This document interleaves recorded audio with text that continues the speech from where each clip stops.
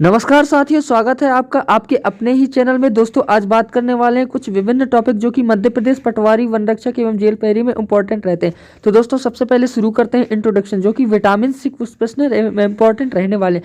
सबसे पहले आप देखें इंट्रोडक्शन, तो विटामिन का आविष्कार किसने किया था? तो फंक ने कब 1911 ईस्वी में किया था। जो कि यह एक प्रकार का कौन सा यौगिक होता है? तो यह कार्बनिक यौगिक होता है। इनमें से कोई भी कैलोरी प्राप्त नहीं होती। बहुत सारे प्रश्न यह बन चुके हैं, परंतु ये शरीर में उपापचय की इकाई में तो ये रासायनिक प्रतिक्रियाओं के नियम के लिए अत्यंत आवश्यक है, इसलिए इसे रक्षात्मक पदार्थ भी कहा जाता है। कुछ महत्वपूर्ण प्रश्नों के बारे में चर्चा करें तो आप लोग इंपॉर्टेंट प्रश्न हैं, बिल्कुल देखिएगा।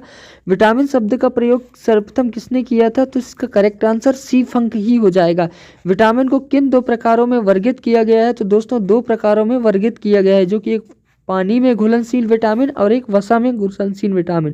अब यह प्रश्न आता है कि कौन सा विटामिन किस में घुलनशील है? तो दोस्तों, ए, डी, ई के जो कि यह विटामिन है, तो यह जो है वसा में घुलनशील है। बाकी सभी बी और सी वह पानी में घुलनशील विटामिन होते हैं।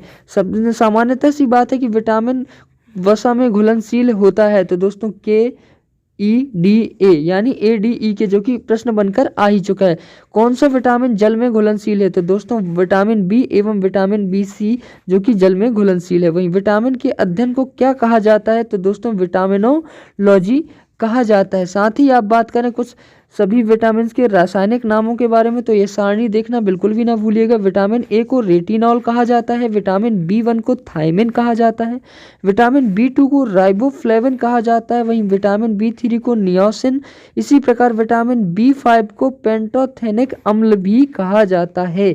साथ ही विटामिन बी6 को पायरोडॉक्सिन, तो यह सभी चीज़ें रटना होगा। Vitamin बी7 biotin, vitamin B12 cyanocobalamin, वहीं विटामिन सी को एस्कॉर्बिक एसिड के रूप में जानते हैं, विटामिन डी को कैल्सीफेरॉल जो कि सूर्य से प्राप्त होता है, विटामिन ई टोकोफेरॉल, एवं विटामिन के की बात करें तो यह फिलोक्विनोन या नेफ्थोक्विनोन कहा जाता है। छठवें प्रश्न की बात करें तो आप देखेंगे विटामिन ए का रासायनिक नाम, तो यही प्रश्न बन गया रेटिनॉल। विटामिन कौन सा विटामिन रक्त का थक्का बनाने में मदद करता है? तो दोस्तों, विटामिन के, जिसे नेफ्थोक्विनोन या फिलोक्विनोन भी कहा जाता है।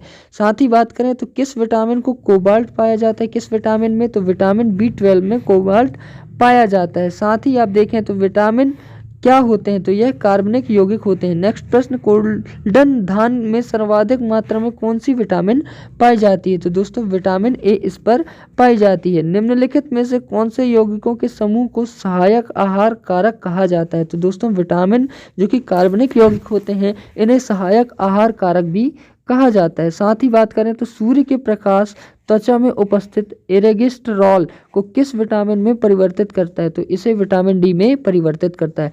विटामिन ई का महत्वपूर्ण स्रोत निम्नलिखित में से कौन सा है? तो दोस्तों, गेहूं अंकुर का तेल जो कि महत्वपूर्ण विटामिन ई का सोर्स माना जाता है। विटामिन किस भाषा का शब्द है? प्रश्न आ चुका है, तो इसे लैटिन भाषा का शब्द भी कहा जाता है।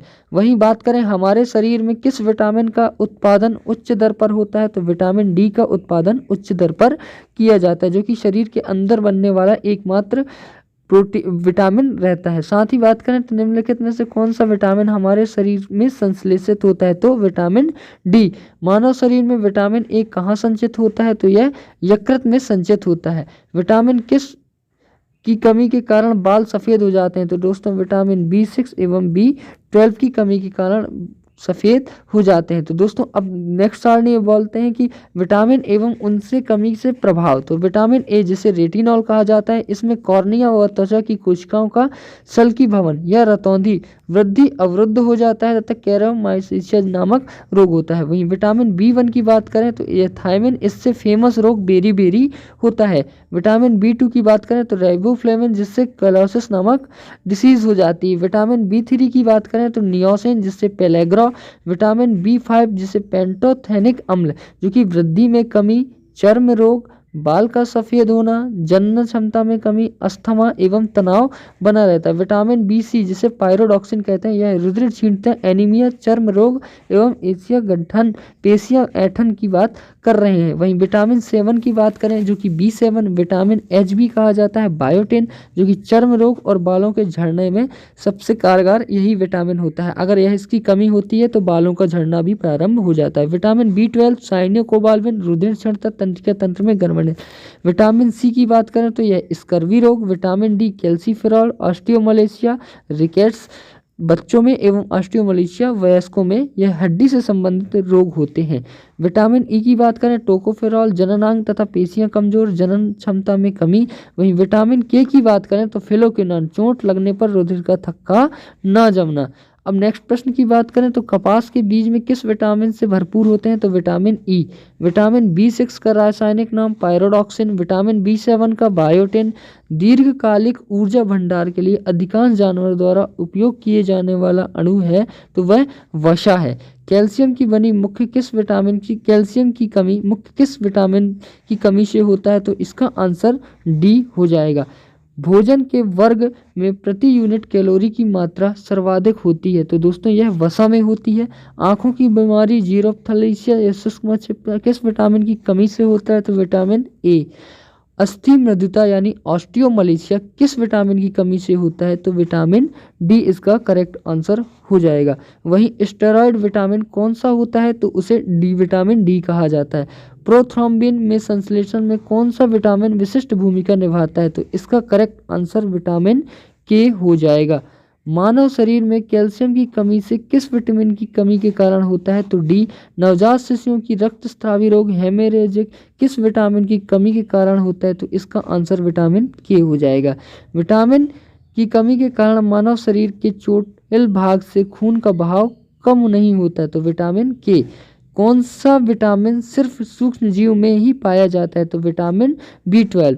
किस विटामिन की अधिकता से यकृत खराब हो जाता है तो दोस्तों विटामिन B3 की से यकृत खराब होता है। किस विटामिन को सनशाइन विटामिन भी कहते हैं विटामिन डी। कौन सा विटामिन कैंसर के उपचार में प्रयोग होता है तो विटामिन बी।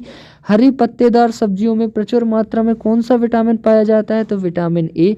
विटामिन B7 का रासायनिक नाम बायोटिन। विटामिन सी का एस्कॉर्बिक अम्ल। सूर्य के प्रकाश में विटामिन डी प्राप्त होता है। साथ ही पुरुषों एवं महिलाओं में जनन की बीमारी विटामिन ई के कारण होती है। छिली हुई सब्जी को धोने से विटामिन सी निकल जाता है। कैल्शियम की कमी मुख्य रूप से विटामिन डी के अभाव के कारण होती है। किस विटामिन को एंटी कैंसर विटामिन भी कहा जाता है तो विटामिन ए। हमारे शरीर में कौन सा विटामिन सबसे तीव्रता से बनता है तो इसका करेक्ट आंसर हो जाएगा डी। धन्यवाद दोस्तों, हमने इसी प्रकार 44 प्रश्न देखा। अब नेक्स्ट टॉपिक के साथ पुनः हाजिर होते हैं, तब तक के लिए धन्यवाद। अगर वीडियो अच्छी लगी हो तो इसे लाइक शेयर सब्सक्राइब करना बिल्कुल भी ना भूलें।